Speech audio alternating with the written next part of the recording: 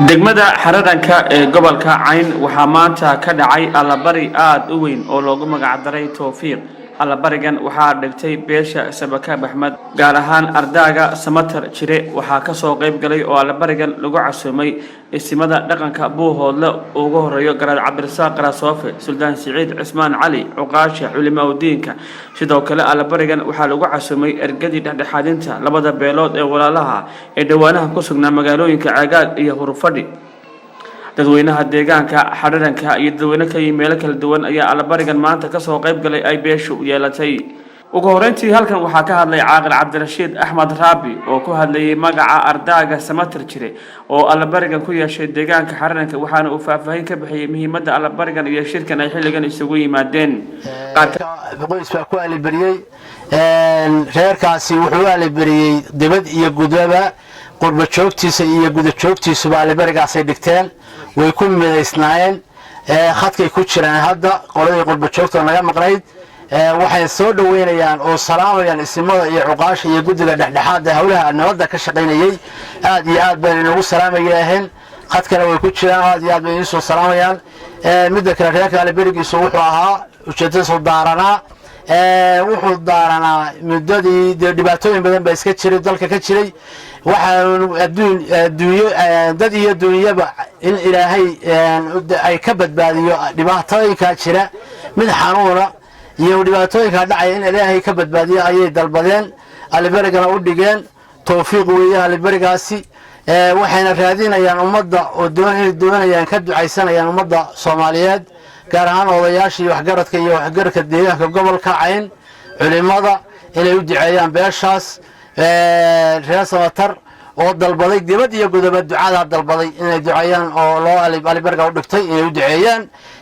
gaar ahaan iska jirto reerkii reer samakaab qudhiisu dabal xagaaba iska jirto adduunkan de ka socota waxaan doonaynaa in ilaahay loo duceeyo reerka midnimadiisa iyo tawfiiqdiisa in ilaahay waafajiyo isku hagaajiyo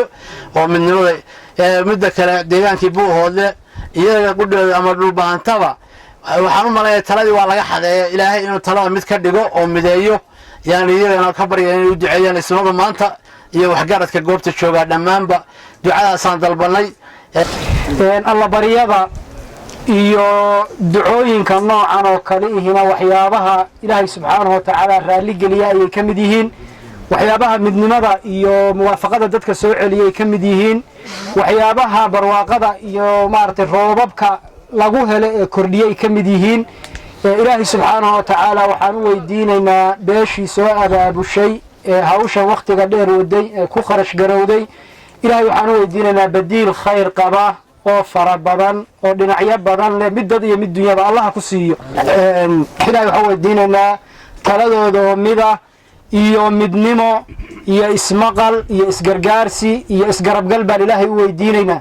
shar weeyaan khilaafku iyo ilaahay subxaanahu wa tacaala khilaafka ha ka magan geliyo ilaahay ha ka nabadgeliyo horumar iyo waxbarasho dhalinyaro aad u fara badan oo fiilkii tacliinta aba muuqanaysa ee ilaahay subxaanahu wa tacaala kuwii wax bedeli lahaa ee horumar u horseedi lahaa Allah ka dhigo in Allah idin soo dhaweeyo waadna sooriyeyseen Allah jannooyinkiisa idin ku sooriyeeyo hada wabillahi tawfiiq wa sallallahu alayhi Allah subhanahu wa ta'ala xafladda reerkan dhigay inuu waafajiyo khayrkii wanaagga ay doonayeen wixii xun ay waxa weeye ka khoofayeen Rabbi subhanahu wa ta'ala Allah subhanahu wa ta'ala uu ka najeeyo hal qodob iyagaan oranaya halka qodob waxa weeye ways ba ahaateen laakiin magac reerka wadataan insha Allah ta'ala wax wanaagsan waa sameeyeen waxa loo baahan yahay marka hore wanaagga aad sameeyeen shir waliba wax buu daaran yahay khayr iyo wanaag ay idin kaga deedaan raasaska kale ee reerku inuu shirkan uu horseedo wanaagga la isku amro xumaanta la iska reebo waxa way la isku cafiyo la isku xiriiriyo waliba shariicada islaamka maadaama waxa weeye reerku culimo badan buu leeyahay ay ahaato in waxa weeye maadaama inta islaamna shirkani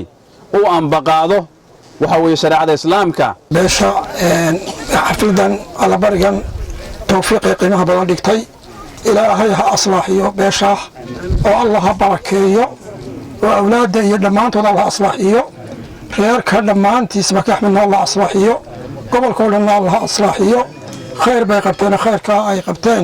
kuwii ku dayda allah ka dhigo aad iyo aad baan ugu mahadnaqayaa ismadii baan joogo oo ducaynaya hadalkii waana badiyey iyo culimada iyo waxgaradka iyo dhallinyaradaba salaanta islaamka ayaan ku salaamaya wasalaamu calaykum waraxmatullahi wabarakaatu salaan kadib waxaa weeye beesha samatar jire ee halkan xafladdan samaysay aan noogu yeedhay aanu soo ajiibnay waa u mahad celinaynaa waana u ducaynaynaa waxay doonayaan asna in ilaahay inay horgeliyo oo siiyo tawfiiqna alla waafajiyo dadka oo dhan inay ku daydo intaasaan kusoo gabagabaynaya asalaamu calaykum beesha samatar jire ee nagu casuuntay golaha kan waxaan leenahay ilaahay kuwii jira allah idinka yeelo midda labaysa waxa weeyaan waa ducada ismadii baa inoo joogo inoo ducaynaya insha allahu billahi kariim waxaanu leenahay ilaahay kuwii lagu daydo idinka yeelo annagana ducadii aad noo ducayseen ilaahay inuu noo fududeeyo nabadda aanu ka shaqaynayno ilaahay waxaanu ka baryaynaa ilaahay inuu noo fududeeyo dhammaanteen nabaddu dadka dhan bay danu tahay cid gaara danu ma aha marka waxaan leenahay ilaahay haynoo fududeeyo ilaahay haynoo fududeeyo idinkana kuwii wanaagga iyo samafalka lagaga dayda allah idinka yeelo allabaryada sida tan oo kale ah waqtiyadii hore aynu dhigan jirray khayraadkeennu waa badnaa ismaqalkeenna iyo kala dambaynteenna iyo karaamadeennu way badnayd beeshaan waa ognahay reer wax wacan baad bilowdeen waa laydinkaga dayanayaa ajar baad shaqayseen insha allahu tacaala reero badan oo wax ka filiqsanaayeen baa idinku dayan doona khayr baad horseedeen khayr ilaahay haydinku rido khayr ilaahay haydinku rido ilaahay waxaanu ka baryaynaa balaayooyinka saddex ka tahay intaba ilaahay ha ka nabadgeliyo ilaahay waxaanu ka baryaynaa khayraad badan oo iscafiga iyo walaalnimada iyo isu soo noqodka iyo wada shaqaynta iyo wada hadalka iyo istixgelinta ay ku jirto iyo iscafiga in ilaahay beeshaas lagaga daydaa oo wixii ehelkooda ahaayoo dhan ee ay ka soo jeedeen ilaa xaawiya nebi aadan in ilaahay khaatumada haleelsiiyo wixii dhintayna alla u naxariisto waxooda dhaqanna ilaahay dembidhaaf iyo muqfaro siiyo talo wanaagsan iyo tawfiiq khayr qabana ilaahay siiyo saasaan ugu ducaynaynaa wixii khayr oo ay garanayaan iyo waxayna garanaynba ilaahay ha siiyo dad awlaad aan lahayn oo awlaad u baahan oo caaqilka iyo hablo iyo dad badan baa jira awlaad khayr qabta alla ha siiyo kuwa baariina alla ha siiyo qofkiina ilaahay u qadarin inuu siiyana sabir iyo maaragtay janno ilaahay subxana wa tacaala ha siiyo waa iska qayb weeyaanoo waxaa laga yaabaa qof ilaahay carruur ubad uusan siinin iyo mid ubad badan uu siiy inuu khayr badan yahay ka uusan ubadka siin waa wax dhici karaya weeye ma ciddii aan ilaahay u qadarin ilaahay wax ka khayr badan ilaahay wax khayr laha siiyo baahidooduna hadda waxa weeyaan bida'aanku waa masaakiine qofkii wuxuu ku ilqabuusaduu doonayaaye dadka hadda yidhi carruur baan hallanoogu duceeyo ilaahay ha siiyo kuwa degdega saasaan ilaahay idinka baryaynaa waxaan kaloo rabaa inaan u ducayno guddigan inala jooga ee nabadda ka shaqaynayey oo runtii muddo 20 ama dhowr 20 shaqaynayey iyo walaalihii gacanta ku dhacday oo qolana erga ay ahayd qoladii kalena aqbashay oo runtii labadaba lagu diirsaday qolana shaqadooda lagu diirsaday qolana dhaganuglaanta iyo maqalka iyo isxakamaynta lagu diirsaday ilaahay labadaa waxaan ku weydiinay inaad kor u qaado ilaahu jannada firdaws inaad ku warsaaqdaan ku weydiinay ilaahay saasaan ku weydiinay way naga farxeen ilaahu ka farxi dhibaatadana ilaahu inta naga ekaysi walaalaha maartay gacantu ka dhacday ama kuwii gacantu ay ka dhacday ay macni mas'uulka ka ana ilaahay ha u soo fududeeyo wanaaga ay ku jiraan allah u soo fududeeyo dadka wax geysanaya ee qaatiliinta ilaahay ha soo qabto ilaahay saasaanu ka baryaynaa shariicada inay mariyaan oo shariicada loo hoggaansamo shariicada la ilaahay ku ilhaamiyo iyaga laftoodu magaaladan Buuhoodle mar waxa ka dhacday nin baa yimid wax soo dilay reeraha qaar kamidaba u soo galay aniga waxa iga sheekay ninkii uu soo galay oo aan ilmaabti iyo waxaas ahaayeen ninkii wuxuu ku yiri tolkiyo doonaya yimid wuxuu ku yiri war ii dhiib nimankay doonaya iige nolosha aan ku noolaanaya nolol macna la maaha dadka yagii iyo dadka wax u geysteen waa isku baaba'ayaan waxaan go'aansaday inaan meeshii aan wax ku dilay la igeeyo oo dadkii wax ka dilay la igeeyo ayaan go'aansaday buu yiri go'aankaas ninkaasi qaatay markuu xoogaa wax weydiiyeen wuxuu haddaadan iigeynin waa logaynayaa aniga ayaa u tagay qoladii iyaga laftooda kuwa nacsiyada dadka dilay inay dadkooda badbaadiyaan ama mid fiican hadduu ku jiro qof shaydaan qaatay oo fiican waa jiraaye ilaahay ha ku ilhaamiyo inuu yiraahdo dadkaasaan kala badbaadinayaayo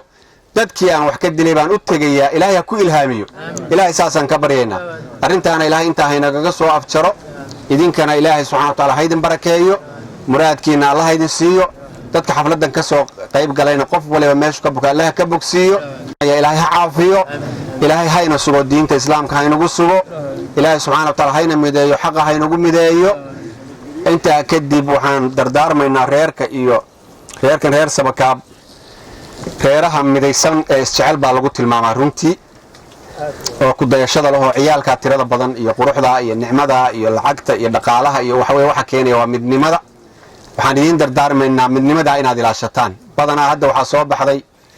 waxa jira dad laga yaabo 100 sanadood la soo dhaafay inay nabadgelyo ku noolaayeen baa dhici karta ama 150 sanadood dadku marka waxay yiraahdaan waxa layna bartay aynu maartay bay yiraahdaan marka nabadgelyadii badnayd baa qaribta khilaafin oo inta midnimo ku noolaa marka inay kala faqfaqaan oo kala farfadhiistaan oo wax isku akhriyaan bay sameeyaan nicmadana sideeda haddaad haysatana waa la xajistaa oo waa lagu mintidaa haddii ay kaa maqan tahayna waa la raadiyaa marka idinku waxaad tihiin reeraha midnimada horumarka isjeclaanta isku xidhnaanta lagu yaqaana baad tihiin saasaanu dal iyo dibad bay idiin dardaarmaynaa inaad midowdaan idinku midaysnaataan ogaataan nicmo aan dadka deegaanka idinla degan haysanin inaad haysataan dabeedna kor sii wadaano tolka kale iyo qaraabada kale idin sii xigta iyo kuwa sii xiga iyo aad la sii midowdaan hal iska ilaaliyo waxaan hadda lagu socdo oo la yiraahdo aan sirayno oo waliba xaqiiq marka dadka aqoonta ayaa dadka farfarka iyo dadka hadiya jeeraal ka shaqeeya arinta waa in lagu baraarugo dadka aqoonta qofkii aqoon diineed iyo aqoon maadi leh waxaad sameynaysaa dadka waad isu keenaysaa dadka badso haddaad siyaasad rabto dadka badso haddaad sharaf rabto dadka badso maxay ahayd dadka hal la badsado idinkana dardaarankan idinkula dardaarmayna saas weeye guud ahaanna waxaan leenahay aynu midowno xaqa u midowno saasaan leenahay wadaadkii wuxuu culimo ismadu mas'uuliyad bay qaadeen waa sheegnay hala yeelo haddaad diidaan idinka ka mas'uul annaga waxaan leenahay dadka hala nabadgeliyo waxaan leenahay shariicada hala qaato waxaan leenahay khilaafka hala yareeyo waxaan leenahay yaan la isyareyn hala bato waxaan leenahay deegaankeena Buuhoodle aan midowno deegaanka inaga sareeyay qabaa'ilkeena qaraabadeena aan la midowno muslimka aan la midowno Soomaaliya oo dhan ha midowdo intay laagtay Soomaaliya oo dhan midnimo ayaa u fiican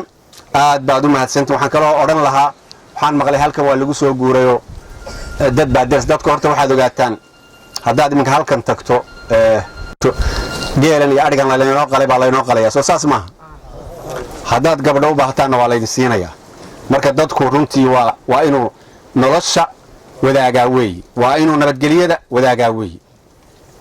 labadaba sida saxdii saas weeye haddaad iska daa halkan beledweyne gaari kaga degto aad ka lugayso dadkaad u tagtaa waa ku soo dhaweynayaan waa ku casuumayaan waa soo horeynayaan marka waxaan leenahay aan midowno aan isjeclaanno warwareega iyo maxay ahayd toy waxa la sheegayo iyo dad baa halkan marmaray iyo waxaana yaan la marmarin dadka hala nabadgeliyo ila waynaga heshiinay golaha waati ahayde waynaga heshiinay dadka aan la heshiino biyaha la wada cabo daaqa hala wada cuno waxa la wixii xumaan wada ama xagga ha jireen ama xagga ha jireenna haloo midoobo saas ma idin la fiican tahay aad iyo aad baa u mahadsantihiin halkan maanta waxa ka dhacay Alle Bariga aniga Mustafa Xuseen Jibril Caataye Alle Bariga samatar jire samakaab aad iyo aad baan ugu hambalyeynaa beesha samatar ilaahay waxaan uga baryaynaa wax wacan bay samakaab Axmed u bilaabeen in ilaahay uu kuwa kale maqanna ilaahay uu ay joogina uu ilaahay ina sidaas oo kale ay u ducaystaan isu yimaadaan si wacan oo wanaagsan ayaanu rajaynaynaa inay ku dambayso mar walbana samatar waxaan leenahay jira diintan iyagaa noo hayey haddii aanu nahay reer samakaab reerkii diinta noo hayey waa reerkan wey caaqil cabdirashiid axmed raabina waxaan leeyahay sidaa wacan baan ilaahay kaaga baryayna inaad reerka ku wado kuwa kalena saa ku yimaadaan arrin wacan baad waday iyo albari wanaag salaatu wasalaamu calaa rasuulillahi sala allahu calayhi wasalam anigoo ah sulaymaan axmed jaamac waxaan halkan aad iyo aad ugu faraxsanahay hawshii noo dhacday allabarigii si gaara waxaan ugu ducaynayaa qurbo joogtii khayrka badan geysatay waxweeyaan ka qayb qaadatay khayrka ilaahay subxaanahu wa tacaala miisaanka xasanaadka ugu daro wix allaale wixii xanuunsanayana ilaahay subxaanahu wa tacaala caafimaad ha siiyo wixii shaqo la'aan ka cabanaya ilaahay subxaanahu wa tacaala shaqo la'aanta ilaahay ha ka kor qaado shaqo fiican oo xalaal allah ha siiyo halkani waa xadhadan waxaa ka dhacay maanta allabari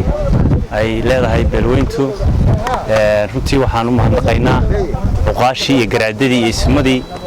nagala soo qayb galay oo meelada dheer nooga yimi waxaana runtii sidoo kale u mahadnaqayaa dadkii hawshaas soo qaban qaabiyey magacaygu waa cabdi jaamac boolayste waxaanu joognaa xadhadan madashii allabariga reer samatar baanu joognaa si wanaagsan